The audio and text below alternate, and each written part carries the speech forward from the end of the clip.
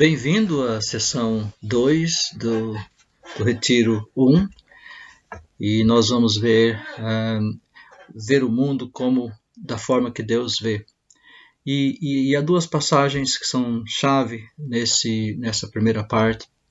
Uma é em Colossenses 2:8. 2:8 diz: cuida para que ninguém te leve cativo pela filosofia e pelo engano vazio. E a outra passagem é de João 8:32, onde diz: então conhecereis a verdade, e a verdade vos libertará. Então, nessa sessão, nesse retiro da verdade, a mudança, o arrependimento e a transformação, nós vamos ver a fundo essa questão das filosofias do mundo e o engano vazio que nos mantém cativos, e como podemos libertar-nos usando as ferramentas da abordagem do Liberdade em Cristo. Porque nós não queremos ser deste mundo, certo? Nós somos missionários neste mundo e a nossa cidadania é nos céus. Então, vamos ver três coisas. Nós vamos começar com uma recapitulação de como é que o mundo funciona, como nos mantém cativos ao enganar-nos, e como a verdade e o arrependimento e a transformação ajudam-nos a libertar-nos. E depois vamos dar um passo mais profundo e reconhecer as teias de engano causado por várias filosofias que constituem a nossa visão do mundo. E depois vamos seguir então o exemplo que Paulo dá para os colossenses, e libertar-nos destas coisas. E finalmente, na terceira parte, vamos ver o cerne da questão, o que é que está no centro dessas filosofias enganadoras, e vão ajudar-nos a detectar essas filosofias, mesmo à distância, quando ficarmos familiarizados com elas.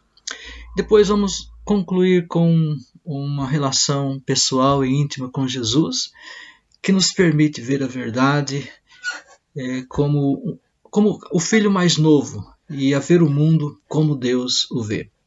Então, vamos começar. Como é que vemos o mundo? O que é que impede ver o mundo como Deus o vê?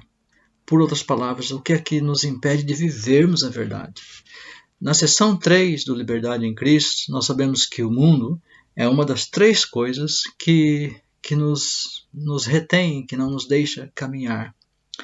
E o mundo tem três táticas principais para nos desencaminhar.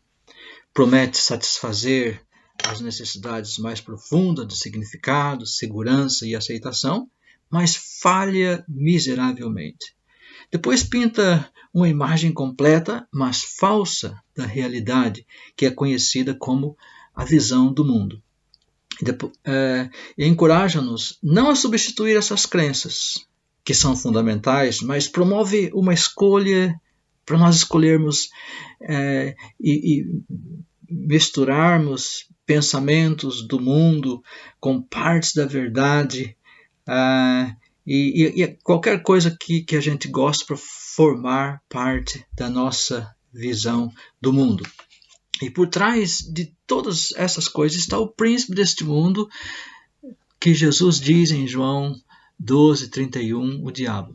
Satanás, ele é o mestre que está atrás das marionetes, puxando os cordelinhos e trabalhando através do mundo.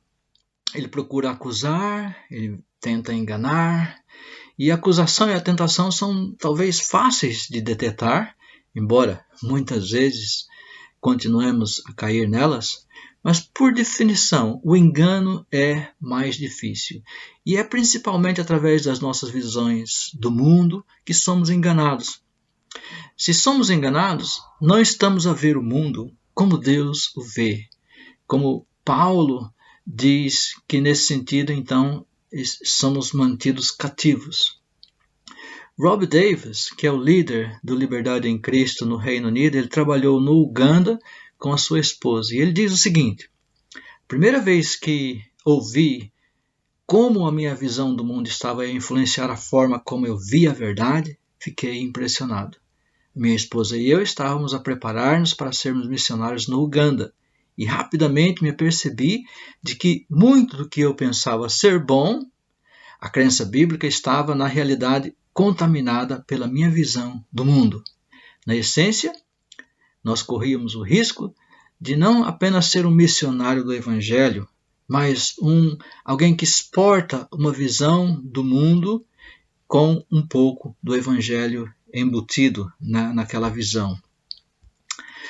A abordagem do Liberdade em Cristo ajuda-nos a libertar-nos dessas visões do mundo através do ensino, da verdade, da mudança, que é o arrependimento, e da transformação da mente. Nós podemos encontrar liberdade, mas não devemos apenas ficar aí nessa experiência. É um processo contínuo de disciplina espiritual para o restante das nossas vidas. E funciona um pouco como isto.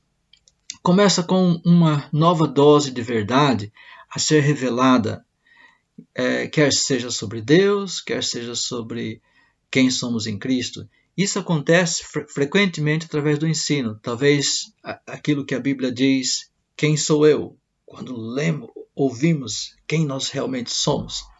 Ou aquelas 20 frases as coisas que eu posso fazer em Cristo, ou através dos passos para a liberdade em Cristo.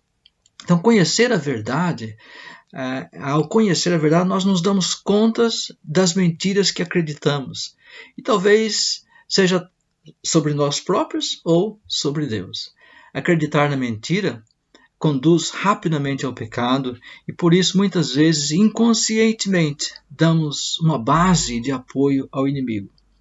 Esta base de apoio pode ser retomada através de uma volta a Jesus e nós fazemos isso praticando o arrependimento, ao estilo de Tiago 4,7 que diz submeter-se a Deus, resistir ao diabo e ele vai fugir de nós. E através dos passos para a liberdade em Cristo, fazemos isso. Os passos não libertam, Jesus liberta, mas os passos fornecem um quadro para uma auditoria espiritual sob a direção do Espírito Santo. Então, tendo resolvido a raiz espiritual de um lugar onde Satanás opera, nós então passamos para a transformação.